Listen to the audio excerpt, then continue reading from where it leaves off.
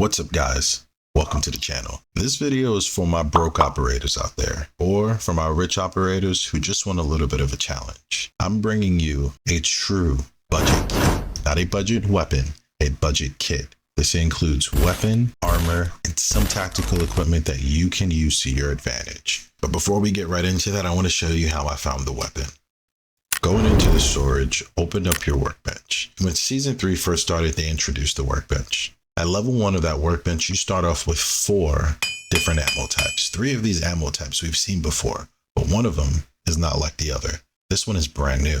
This ammo type belongs to a weapon that was released in Season 2, but it also did have a variant of that weapon in Season 1.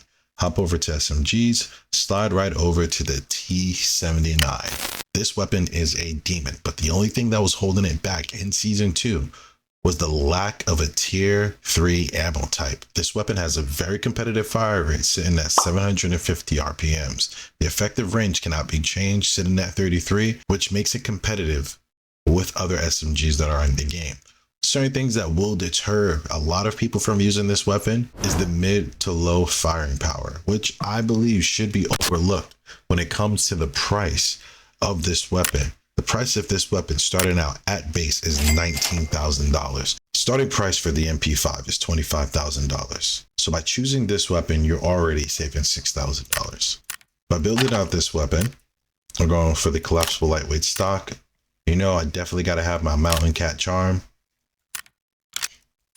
The scope we are going to choose is the Triangle Precision Sight. Now this scope is completely underrated, and I believe it's underlooked due to the price point. Sitting at a price point of $4,300, a lot of people would overlook this scope as a good scope, but in my personal opinion, this scope is better than the PK. We're going with the modern handguard. We are going to use the RK6 front grip. We're going to go over the ammo in a second, and I'm going to show you why it is better.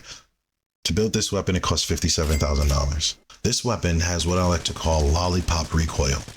Aim center mass, it jumps straight up. No horizontal sway at all, even though the horizontal recoil is at 66. But once it gets to the head, when you aim at center mass, it just creates that candy lollipop structure that we all know and love.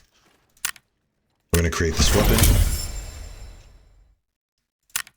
We are going to go back to our inventory because I do want to show you the difference in the ammo types, and we are going to compare another T3 round, which is AP 6.3, which a lot of people would agree is a very competitive ammo type, sitting at $600 a round. We're going to grab this here for $200 less. We get +1 damage, +1 pen, same armor, same accuracy, but we get +1 to vertical and +1 to horizontal. To finish off this kit, we are going to use a medium campaign backpack, the KN service, which I do believe is a very reliable but cheap 30K T3 body armor, the T2 steel helmet because it gives us hardened steel, which is one of the best armor types in the game, putting us at a high ricochet chance, which means that you do have the ability to tank around to the face, to tank around to the head, not the face, with this on. And I recommend everybody run some sort of headset.